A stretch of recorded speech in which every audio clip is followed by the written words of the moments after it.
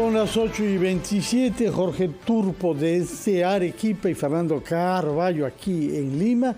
Tenemos el gusto de poder conversar con el decano del Colegio Médico del Perú, doctor Raúl Urquizo. Doctor, señor decano, muy buenos días.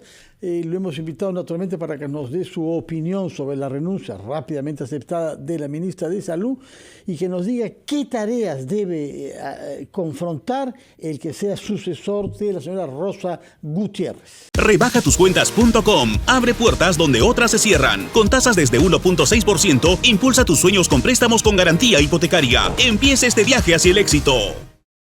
Muy buenos días, Fernando. Buenos días, señor Gracias decano. por esta oportunidad. El día de ayer el Colegio Médico, una vez más, dio una conferencia de prensa preocupado por los altos indicadores de muertes y enfermos de dengue. Este proceso en marzo anunciamos de que esto se venía, marzo. El 3 de mayo dimos una conferencia de prensa, en la cual recién se activaron todos los medios, diciendo, mire, está subiendo, porque la información que recibíamos de Piura del decano doctor Cristian Requena era de que cada día había más fallecidos, y en ese momento no llegaban ni a 50 fallecidos, y los casos no eran muy numerosos. Ha pasado un poquito más de un mes, 248 fallecidos y más de 140,000 enfermos. Entonces, se debió actuar oportunamente cuando hubo el Yaku, el ciclón, porque se veía. Entonces, ahí faltó articular todos los sectores. Vivienda, problema del agua, Ministerio de Ambiente, Ministerio de Educación, porque los niños comenzaron a morirse, y todos los sectores, Ministerio de Economía, que tiene que dar el dinero. Esa articulación ha sido demasiado tarde. Por ejemplo, el día de ayer nos decía el decano de Piura, porque estamos ahora en una convención viendo la reforma estatutaria, y el próximo mes tenemos el 10º Congreso Médico, la cual vamos a plantear en salud qué se va a hacer como colegio médico. Ojalá que los políticos escuchen al colegio médico. Entonces, ¿qué es lo que nos dice? Recién hace unas semanas 2,5 millones, pidieron 10.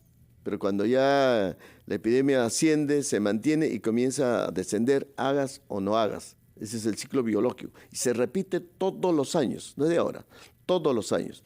Responsables directos, obviamente, el gobernador, porque ellos manejan el presupuesto, manejan el sector salud, porque el Ministerio de Salud da los lineamientos, pero quien ejecuta y que cumple son los gobernadores, con todo.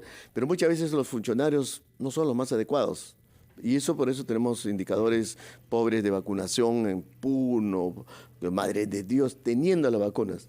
Entonces no se ha reforzado el primer nivel, 8.200 establecimientos. Es por eso que cuando un paciente va a un hospital, no hay médicos, no hay camas, no hay medicinas.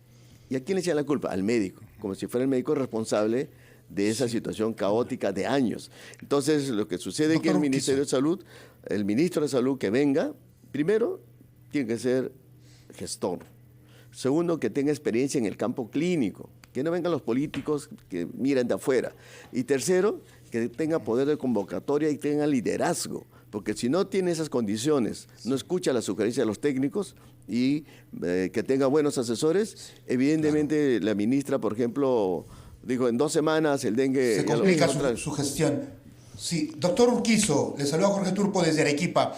A ver, y usted también ha mencionado a los gobiernos regionales. La exministra Gutiérrez también en la rendición de cuentas dijo, mire, ¿qué me dicen a mí si esta es una competencia de los gobiernos regionales y municipales? Bueno, los gobiernos regionales tienen la competencia en educación y en salud, eso es cierto. ¿Usted cree que se debería revisar esas competencias? En su momento en la COVID, por ejemplo, la exministra Pilar Mazzetti llegó a Arequipa e intervino de manera directa porque nuestro exgobernador se la pasó bailando huititi mientras la gente moría contagiada de COVID. Entonces, ¿hasta qué punto, desde el análisis del Colegio Médico, ha funcionado o no la competencia de salud en los gobiernos regionales o cómo reforzar para que se ejecuten presupuestos y realmente atendamos mejor a las personas que lo necesitan? Sí, como señalaba, nosotros hemos tenido 5 macro regiones, eventos, en Piura, Cusco, Arequipa Estado, en Lima y en Huancayo, que han planteado para el Congreso que se regrese al sistema antiguo, donde el Ministerio de Salud dirija, cumpla las funciones de cuidado de la salud. Dan presupuesto. Y lo que usted acaba de señalar, por ejemplo, vacunas. Se han perdido vacunas porque simplemente no le pusieron el empuje para poder vacunar, teniendo las vacunas, COVID, influenza, y ahorita estamos en el virus incisional, una serie de enfermedades. Hay vacunas, pero tienen que reforzar el primer nivel. De acuerdo. La responsabilidad que es de ellos. Sin Por duda. eso ponen a veces funcionarios que no tienen la capacidad. 8.200 centros de salud. Vamos a ir a una pausa, retomamos nuestra conversación con usted esta vez para que nos diga algo más sobre el perfil que debe cumplir, que sea sucesor de la ministra renunciante.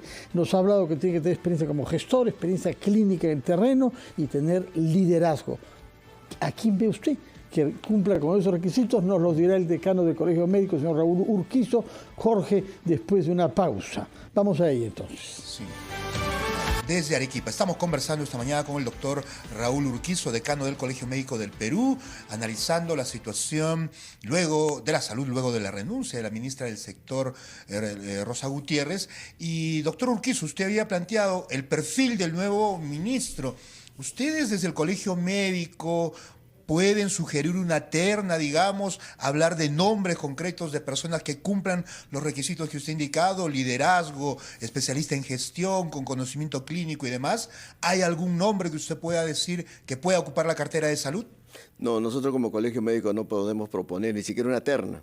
Lo que sí tenemos que proponer es el perfil, porque esa es una cuestión política en la cual la presidenta espero que elija con calma, con seriedad y preocupado por la salud, porque si no cumple eso, el ministro solo no va a cambiar el sistema de salud. El ministro solo tiene que tener con todo un equipo, y ese equipo significa tener los mejores en el ministerio y traer algunos que realmente estén al servicio de la población. Pero lo que sucede es que muchos no quieren trabajar en el Ministerio de Salud. ¿Por qué? Porque hay tantos cambios. Este va a ser el 6º ministro, y realmente es preocupante, ¿no? Entonces, viene ahorita el problema del niño, y si no tienes equipo, no vas a poder enfrentar. Y entonces el cambio de ministro suficiente no es, sino tiene que convocar a todos, como decía, tiene que tener liderazgo y sobre todo saber escuchar a los técnicos, a los profesionales, para saber qué hacer. La ministra lamentablemente fue mal asesorada, ¿no? Como repito, en 2 semanas ya esto está controlado, pero los resultados han sido mal. Y ahorita va a empezar malaria, va a empezar leptospira, que hemos estado en Iquitos, y otras enfermedades que todos los años se repite.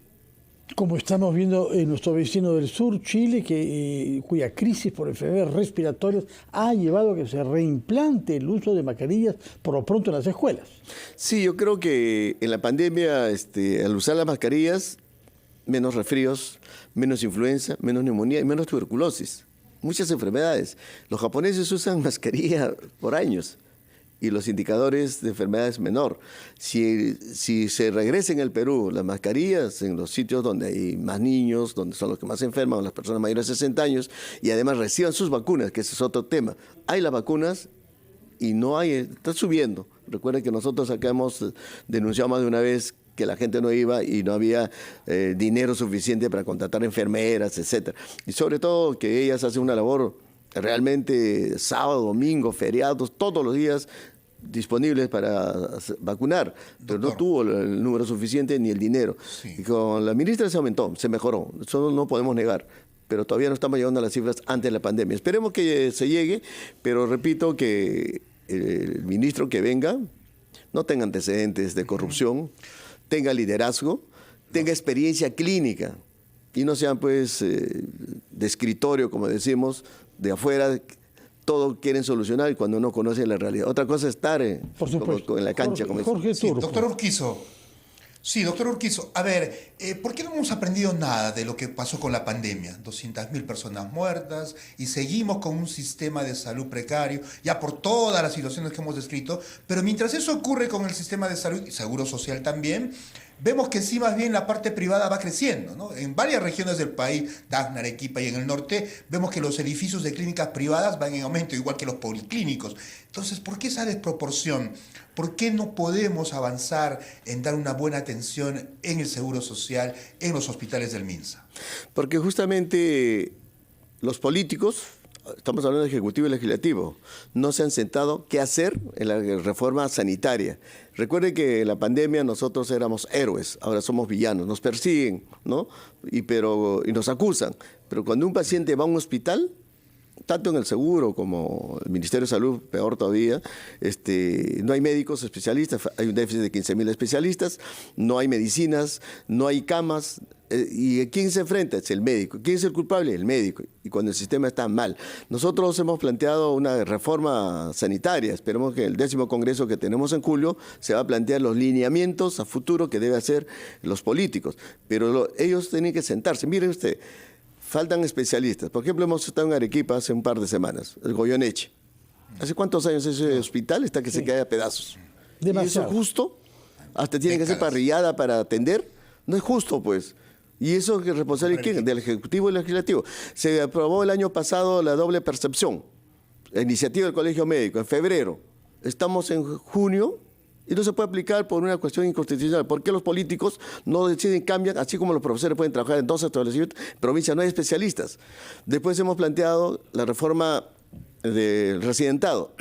La ministra estaba de acuerdo, pero lo tergiversaron al final la meritocracia. Lo cambiaron el valor del examen del ENAM, no se han aumentado los campos clínicos, no se aumentó el presupuesto, aunque hace 2 días nos han dicho que el Legislativo ha aprobado más plazas para poder... Bueno. Y nosotros, la ministra estaba de acuerdo en ese sentido, que los CAS también tengan estabilidad laboral para que puedan postular, porque el 30% son menores de 40 Doctor, años. El tiempo es breve y yo quería preguntarle algo que está en curso en el Congreso, que es la autorización a odontólogos para que realicen actos de cirujanos.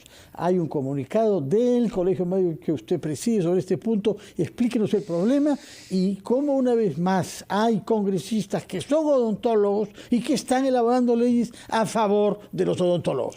Sí, hay un proyecto de ley que empezó en la Comisión de Trabajo, auspiciado por un parlamentario odontólogo, en la cual pide el acto médico odontológico. ¿Qué genera eso?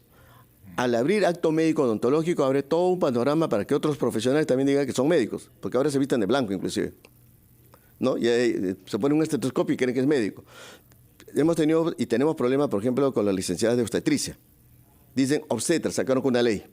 ¿Y qué ponen? RN, Registro Nacional de Ecografía. Entonces, el paciente cuando va, piensa que es un médico. Hacen ecografías a varones, a niños, a adultos, mujeres, a todos, porque le han sacado una ley obstetra. Si sacan acto médico odontológico, ellos hacen diagnóstico, sí. Hacen tratamiento, sí. Hacen control, sí. Pero de la cavidad oral. Si usted le muestra ahorita, la próxima semana, están auspiciando cursos, por ejemplo, le pongo, miren, cirugía plástica. Cirugía plástica. ¿Qué están haciendo? Por ejemplo, acá, en un hotel acá, reestructuración facial y técnica de Face y 5 Face. Están haciendo reposicionamiento y reestructuración facial y técnica de híbridas en AOF, auspiciado por el Colegio Odontológico. Este es el peligro, el atentado contra la salud, porque el médico que va, o el paciente que va donde ellos quieren que es un médico, entonces están auspiciando. Entonces, ¿de qué estamos hablando? Abrir una puerta que sería un atentado contra la salud. Y eso no lo podemos permitir. Tomamos nota si quiere ser médico, tiene que estudiar medicina. Tomamos nota de eso. Es grave en general que los congresistas de una profesión elaboren leyes en beneficio de esa profesión. Debería ser un principio de base que se rechace. Tomamos nota. Y el Ministerio de Salud se ha opuesto a ese proyecto de ley, la ministra que acaba de renunciar, ¿no? Vamos a ver qué hace la próxima ministra o ministro que llegue en reemplazo. En todo caso, usted ha explicado un poco el camino y los requisitos, como le pedía Jorge Turpo, del perfil que debe cumplir quien asuma ese ministerio decisivo en las actuales circunstancias. Vamos a hacer una pausa, Jorge, y regresamos a ampliación de noticias. Sí, volvemos.